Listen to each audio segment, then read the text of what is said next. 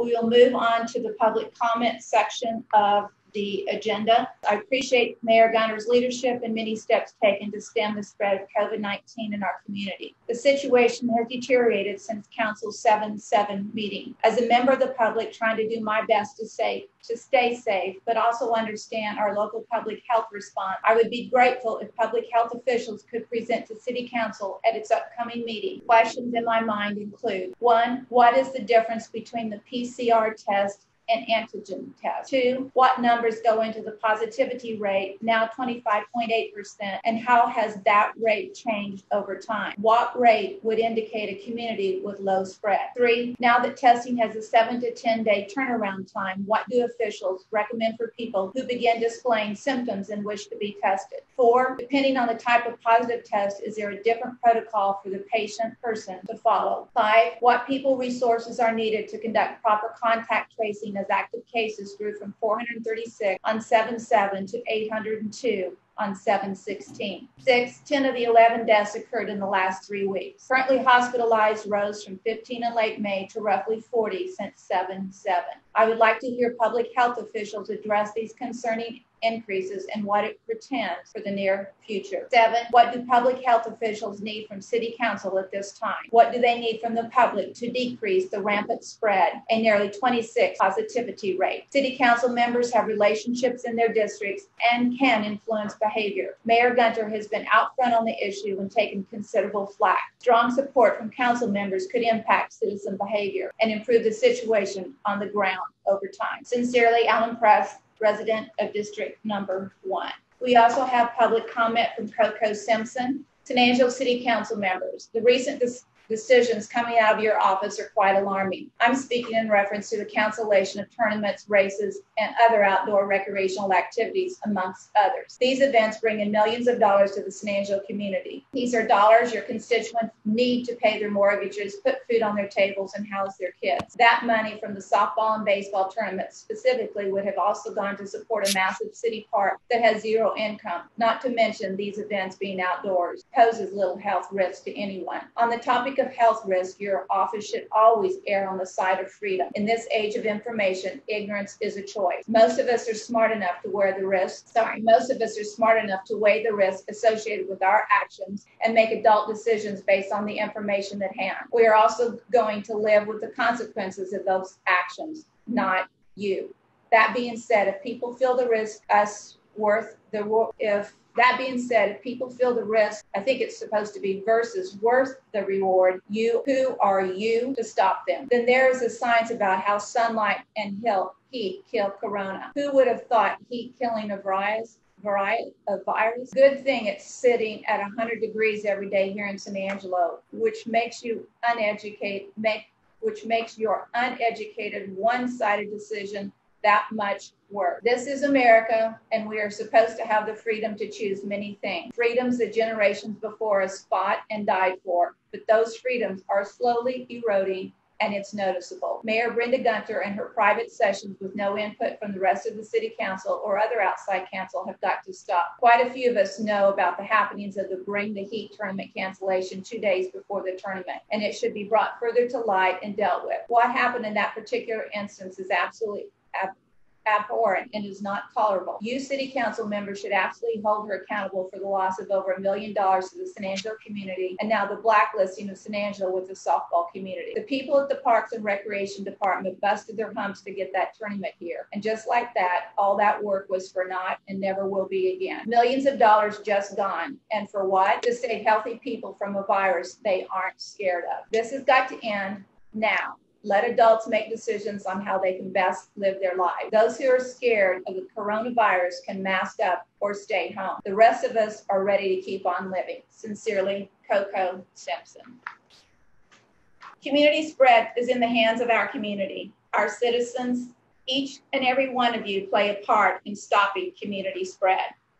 If you care about our local economy, if you care about our family-owned businesses, your hairdresser, your barber, your nail technician, then you should care about whether you're playing a part in the community spread of COVID-19. If you care about your neighbors, co-workers, friends, family, and fellow citizens, then we need each of you to take personal responsibility for your actions. Community spread happens in your front yard, your backyard, your street, and your living room. Going outside does not stop the spread. Community spread happens at house parties, pool parties, backyard parties, and street parties. Each of you are accountable for your actions, and each of you play a part in stopping the community spread. Mask or no mask, we definitely know people have strong beliefs concerning wearing masks, positively and negatively. Yes, we know in March the news reported masks are not necessary. Why was that the storyline in the news? It was the news headline then to make sure our health professionals had plenty of PPE or personal protection equipment, or face masks, gloves, medical gowns available for the hospitals, for the doctors, and the nurses. The controversy continues on mask wearing, but I ask, is it too much to ask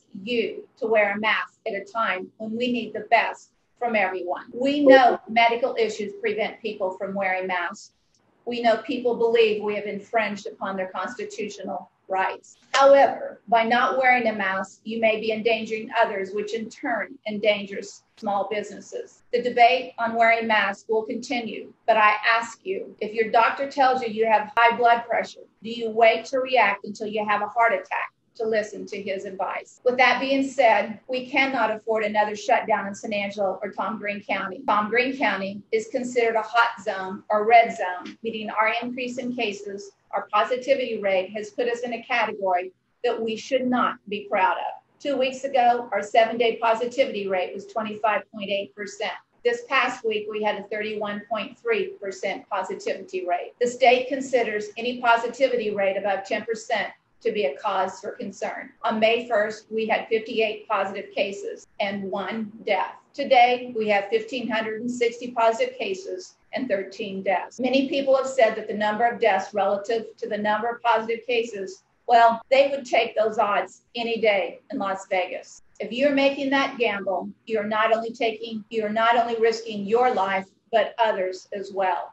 The number of deaths, however, is not the only impact on our community. The virus has impacted lives financially, emotionally, and mentally. If someone tests positive, there is a loss of income, medical bills, and potential long-term impact on one's health. Those hospitalized end up with substantial hospital bills with or without insurance and no income. If you work for someone and have tested positive, then you impact your employer's business, which could lead to closing the business for a 2-week time period. The business then, due to loss of income, is forced to lay off more employees. It is incredibly selfish of you as an individual to think only of yourself. I do not want our city to be a city that Governor Abbott shuts down due to our positivity rate. I do not want him to declare more categories of business to shut down or occupancies reduced. I believe all businesses are essential to our local economy and essential to a family's livelihood. We should not be in the business of picking or choosing which businesses and essential services will be allowed to be open or forced closed. Every business is important in terms of services or product offered, family income, employment, and reinvestment back into our economy. But once again, it is in your hands as a business owner or an employee or a customer. So if you're going to your hairdresser, your nail technician, your barber, or your favorite retail store, remember to wear a mask and practice 6 feet social distancing. Major big box retailers are mandating masks as they know their employees deserve the extra protection from being exposed from possible asymptomatic customers or individuals who do not care if they expose someone else to the virus. Our statistics show a heavy impact of positive cases in our Hispanic community. Of the total positive cases, 55% of the positive cases are Hispanic. We have, over the past 2 weeks, worked to get the community spread message out to the Hispanic community. We now report the daily numbers and information on COVID-19 in Spanish. We have asked our Hispanic community leaders to help in the messaging on Facebook,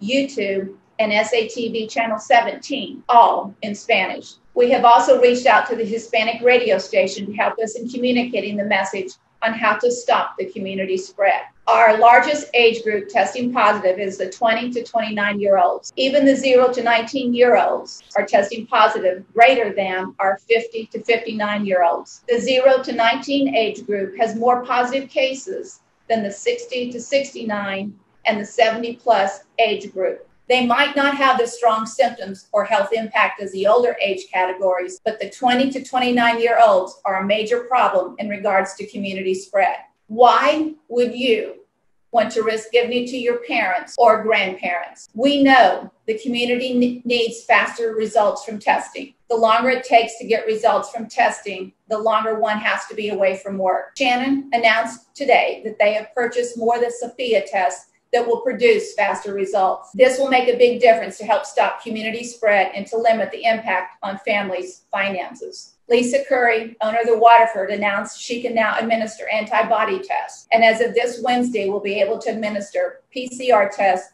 with 24 to 48-hour results. She cannot take insurance, but the ability to get faster results is important. So what else are we doing as a city? I have created a working group to review TABC licensing to determine if we can get support for more categories of licenses other than just the simple 51%.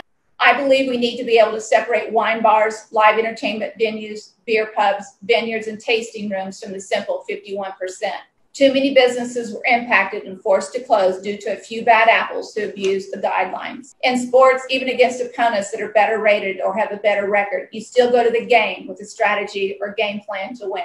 Your coach will not allow you to throw in the towel before the game even starts. This spring season, many athletes in junior high, high school, and college have had to give up their passion for competitive sports. So many athletes lost their big moment to showcase their talent and perhaps earn an opportunity to get a scholarship and be accepted at a school of their choice. We do not want to be in the business of canceling events.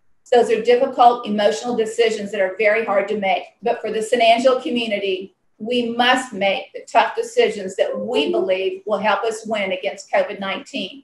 With rising hospitalizations, positivity rates, and more deaths, the best game plan will always be the strategy that gets us to the finish line and protects the greatest number of citizens. We, San Angelo, need to win this game. What are we going to have to do is the following: learn to live with COVID-19, whatever it takes. We must understand the precautions that must be in place to ensure safety in providing services, safety in living our lives, and making sure that we maintain and protect the freedoms we have always enjoyed as Americans. This virus cannot be used to take away our cherished freedoms, but we also know that in order to continue to enjoy our freedoms, every citizen must do their part in helping to stop the spread. I ask for your help in making San Angelo a city that takes pride in standing tall and doing the right thing to protect our families, friends, neighbors, and fellow citizens. San Angelo has always been a city to take care of its fellow citizens. Our businesses need our support. Our local businesses'